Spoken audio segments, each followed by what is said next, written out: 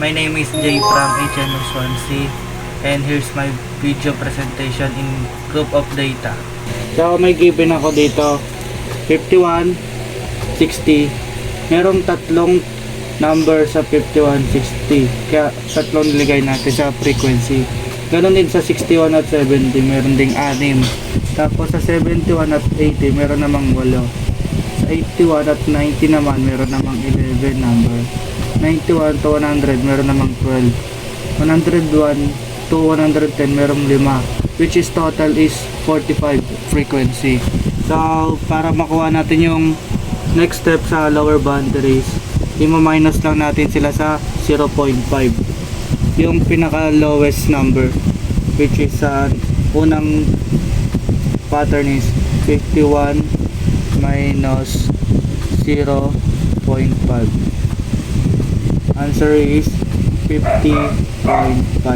So lagay lang natin dito sa lower boundary 50.5. Ganun din yung steps na ginawa natin sa una. Minus lang natin yung 61 sa 0.5, which is 60.5. Tuloy-tuloy lang yung yung steps. Minus mo lang lahat sa 0.5. 70.5. 81 minus 0.5, 80.5. 91 minus 0.5, 90.5. 101 minus 0.5, 100. So ayun lang yung steps to get lower boundaries.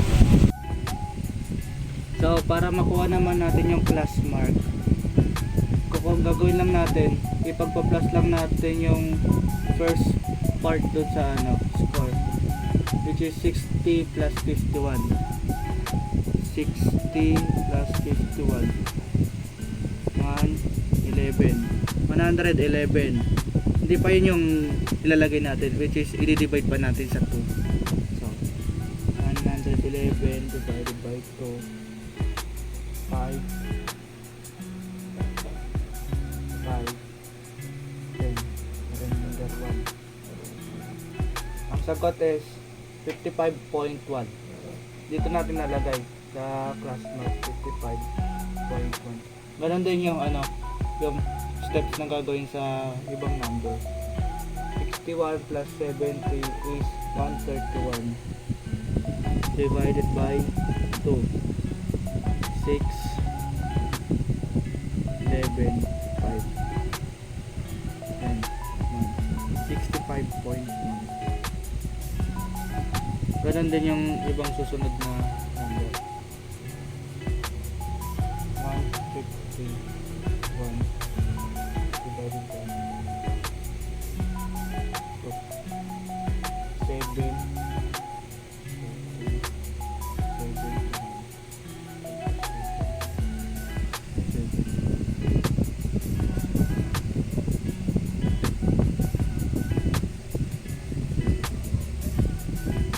so ganun lang din sa sunod na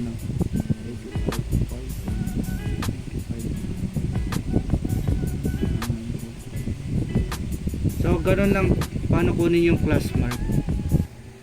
So sa next steps naman yung fx, para makuha natin yung fx, times lang natin yung class mark sa frequency.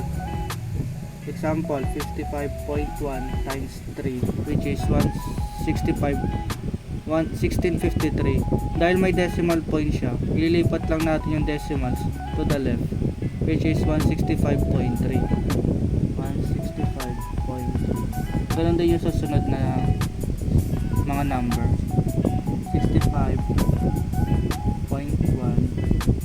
times 6, 639. Dahil may decimal points din siya dito, ibababa lang natin siya sa 6, which is 390.6. Ganon din sa sunod na number. 75.1 times 8, 8, 40, 56, 60. Baba din natin yung decimal point sa kaliwa ng 8, which is 600.8. Tapos ganun din sa susunod na ano, number. 85.1 times 11. 158 158 16 13. May decimal point, baba ulit natin dito. 936.1. Ganun din sa 95.1. 95.1 times 12. 2 10 19 159 2 1 14 11. So may decimal points ulit. Lagay natin dito. Bali magiging sagot ay 1141.2. 1141.2. Anong din sa 100 point? 105.1 times 5. 5 25 0 2 5. So may decimal point. Baba ulit natin siya dito. Magiging sagot 525.5. So ganoon lang ang pagkuha natin sa fx. So may itong sa fx, para makuha mo yun, ipagpa-plus mo natin yung total ng lahat ng nasa fx. So 165.3 plus 319.6 600.8 936.1 1141.2 525.5. Ipagpa-plus lang natin siya para makuha natin yung total ng fx. 3 plus 6 9 plus 8 17 plus 1 18 plus 2 20 plus 5 25.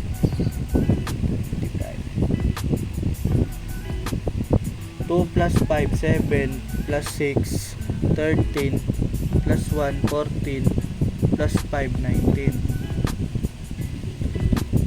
1 plus 6 7 plus 9 16 plus 3 19 plus 4 23 plus 2 25.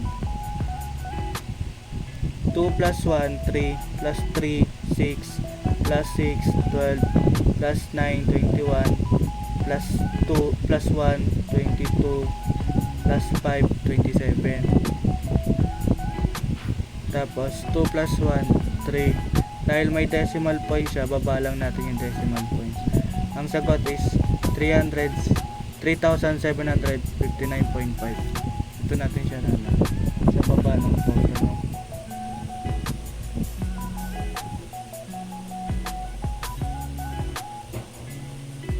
Tapos naman, para makuha tong cumulative frequency, yung kung ano yung frequency dito sa kabila, ipagpa-plus lang natin. Ito, copy lang natin tong 3 plus 6 9 9 plus 8 17 17 plus 11 28 28 plus 12 40 40 plus 5 45. So ang unang kunin natin na is meridian. Para makuha natin yung formula ng meridian, i-divide muna natin tong 45 sa 2, which is 22.5. Saan ba papasok ang 22.5 dito? Sa cumulative frequency, which is 28. Yung 28 bilugan natin yung sakop na, which is 11, 80.5, 85.1, 936.1. So ito yung formula ng meridian. 80.5 yung lower boundaries plus 45 divided by 2 minus 17 yung taas ng 28, then yung 11 yung frequency. Una yung sa loob ng bracket, 45 divided by 2 which is 22.5 minus 17 divided by 11 bracket 10, tapos 80.5. Ang sunod ay 22.5 minus 17, which is a 5.5 over 11. Next step is divide. 5.5 divided by 11 is 0.5.